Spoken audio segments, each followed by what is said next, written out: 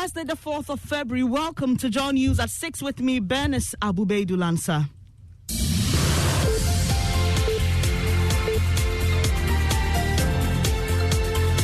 Our hospitals have become full, and we've had to reactivate our isolation center. Our average daily rates of infection now stand at 700 compared to 200 2 weeks ago. If there's no urgent reason for you to be outside, please stay at home.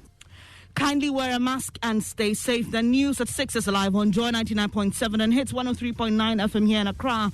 It's also live on Love 99.5 FM in Kumasi. Affiliates across Ghana, including Might FM, Tamale, Bedroom FM, Northeast and Savannah regions, and worldwide at myjoyonline.com. Coming up, 14 persons still battling for their lives in a hospital following Wednesday's deadly clash on the Tamale Kintampo Road, claiming at least 18 lives. 15 of them were critically injured. Out of the 15, one died whilst receiving treatment. So the 14 are currently at TTH Tamale. We are live in the area for an update, and hundreds of homes in Boho Adomako in the Efija-Kwabre South District are to be demolished to make way for quarrying activities as the Assembly insists the structures are illegal and in business. UK companies threaten to reject imports from Ghana as the country and Britain failed to reach a trade agreement post-Brexit. And lawyers for John Mahama in the ongoing election petition insist they have a strong case even after the court dismissed their fourth major application. That's not the end. We are very, very certain about the case we have before the court. Irrespective of the fact that our applications have been refused, we came to court prepared and we will go through with the case till the very end. We've got details in a moment. Thank you for choosing us. We are home of independent, fearless and credible journalism.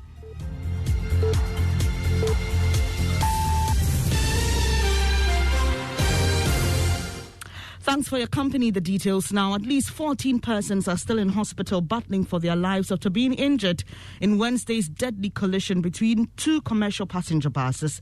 The incident occurred at Sakrewa, a farming community near Fufulso in the Savannah region.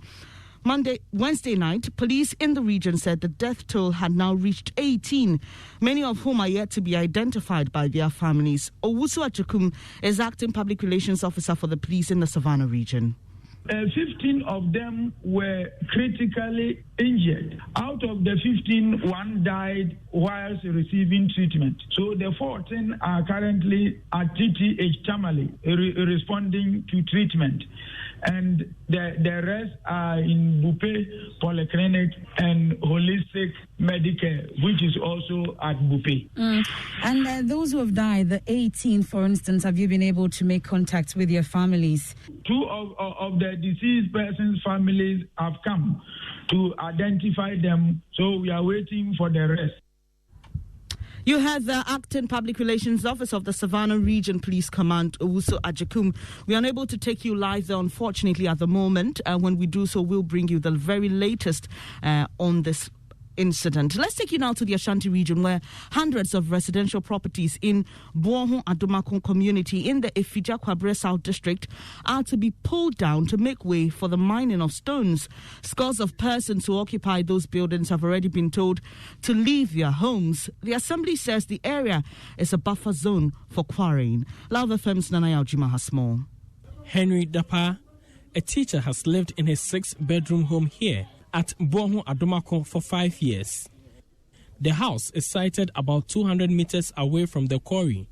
He had no building permit, but he wasn't stopped at the period of construction. Apparently, they don't have a chief now, so it was the Busapani who is taking care of the land and everything here. So we went to him to inquire about it, and then they sold it to us. We have the papers, everything intact. Hundreds of houses completed and others at various stages of completion sited within 500-meter radius of the quarry are marked to be demolished. The property owners are served with notice to vacate their homes for the quarry to start operations. But these landlords are claiming to have legally acquired the lands. As young as I am, if I have a single-bedroom house and the Assembly wants to demolish it, then they have to demolish it with me in it.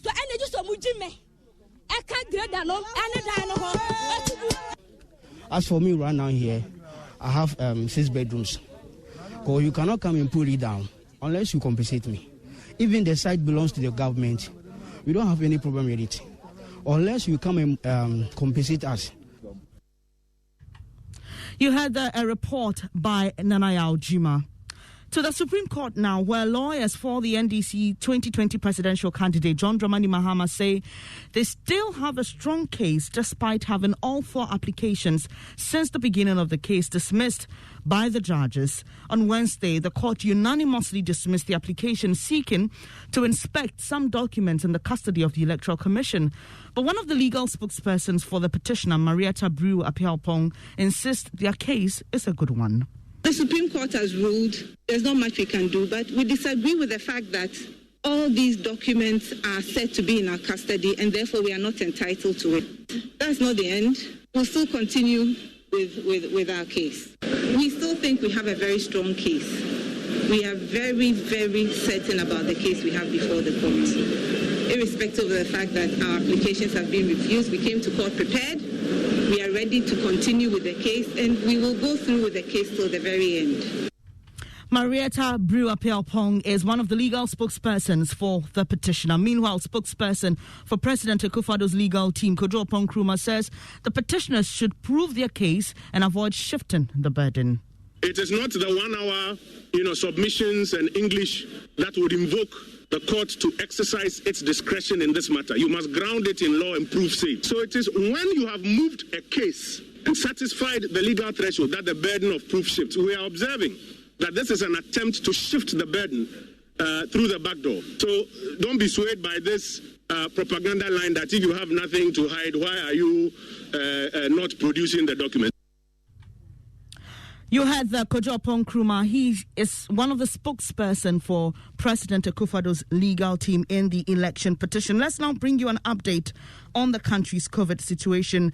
There have been 777 new cases and 9 more deaths in the new data published by the Ghana Health Service for January 31, 2021.